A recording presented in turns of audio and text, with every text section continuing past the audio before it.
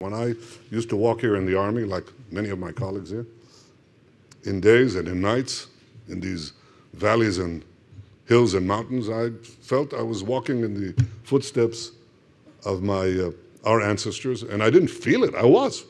Everywhere you go, you stick a shovel in. What do you think you find? Palestinian ruins? No, there's no such thing.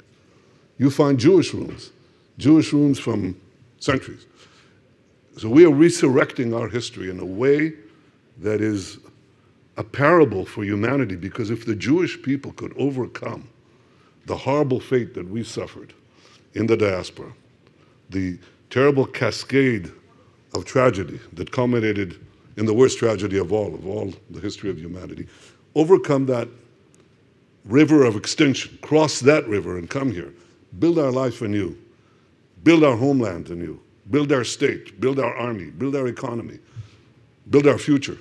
That means there's hope for all of humanity. That is a great parable. This is the story of Israel, and that is why it made such an enormous impression on the founders of the United States of America. And you know very well from Congress, what do you see in that hall?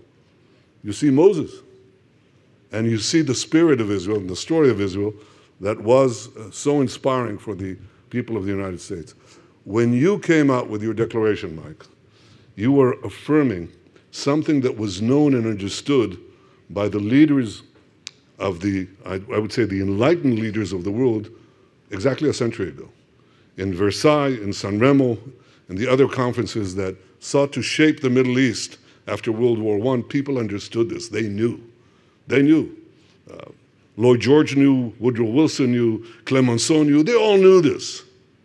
And what has happened in the last 100 years is that slowly, by dint of Arab propaganda, by dint of constant repetition of lies, the basic connection, this powerful connection, unequaled anywhere in the annals of other nations, this has been driven aside to a false narrative, they call it. That's a lie.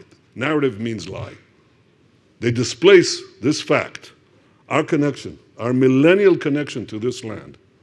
They've displaced it. They present us, who've lived here for thousands of years and then long to return here for thousands of years, as colonial. We're the Belgians in the Congo, okay? That's ridiculous. This is our land. This is our land. Eretz Shelanu.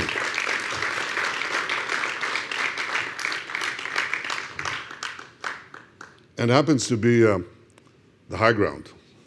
So we have regained the high ground, and we shall keep it.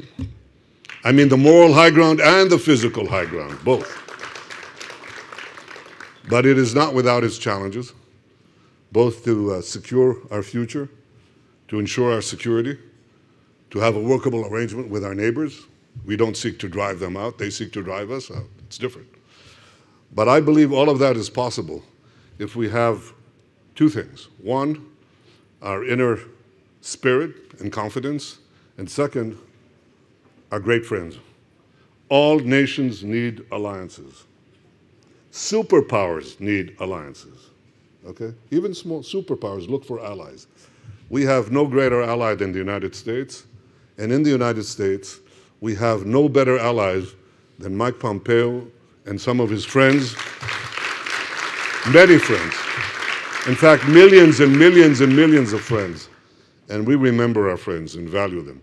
So Mike, when you are here with your wife and your son, your family, you are Susan, correct? And?